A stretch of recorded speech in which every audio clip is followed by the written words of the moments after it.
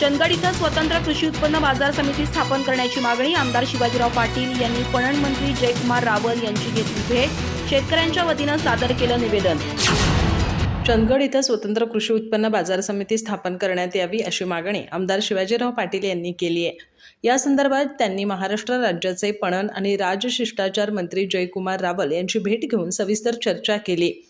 तसंच चंदगड तालुक्यातील शेतकऱ्यांच्या वतीनं निवेदन सादर केलं.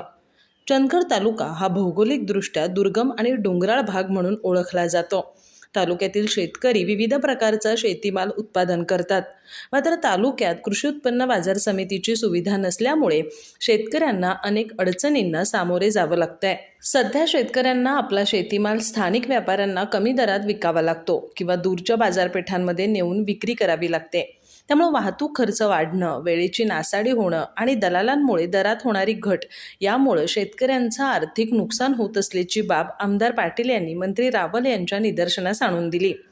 चंदगड इथं कृषी उत्पन्न बाजार समिती स्थापन झाल्यास शेतकऱ्यांना एकाच ठिकाणी विक्रीची सुविधा, पारदर्शक लिलाव पद्धती, योग्य बाजारभाव तसंच विविध सुविधा उपलब्ध होतील.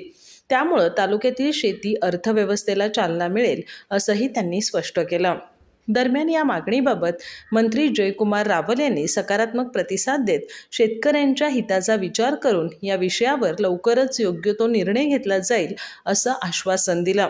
चंदगड इथं कृषी उत्पन्न बाजार समितीची स्थापना झाल्यास तालुक्यातील शेतकऱ्यांना मोठा दिलासा मिळणार असल्याची अपेक्षा व्यक्त होतीये. अधिक माहिती आणि ताज्या घडामोडींसाठी आजच आमचे चॅनल सबस्क्राईब करा.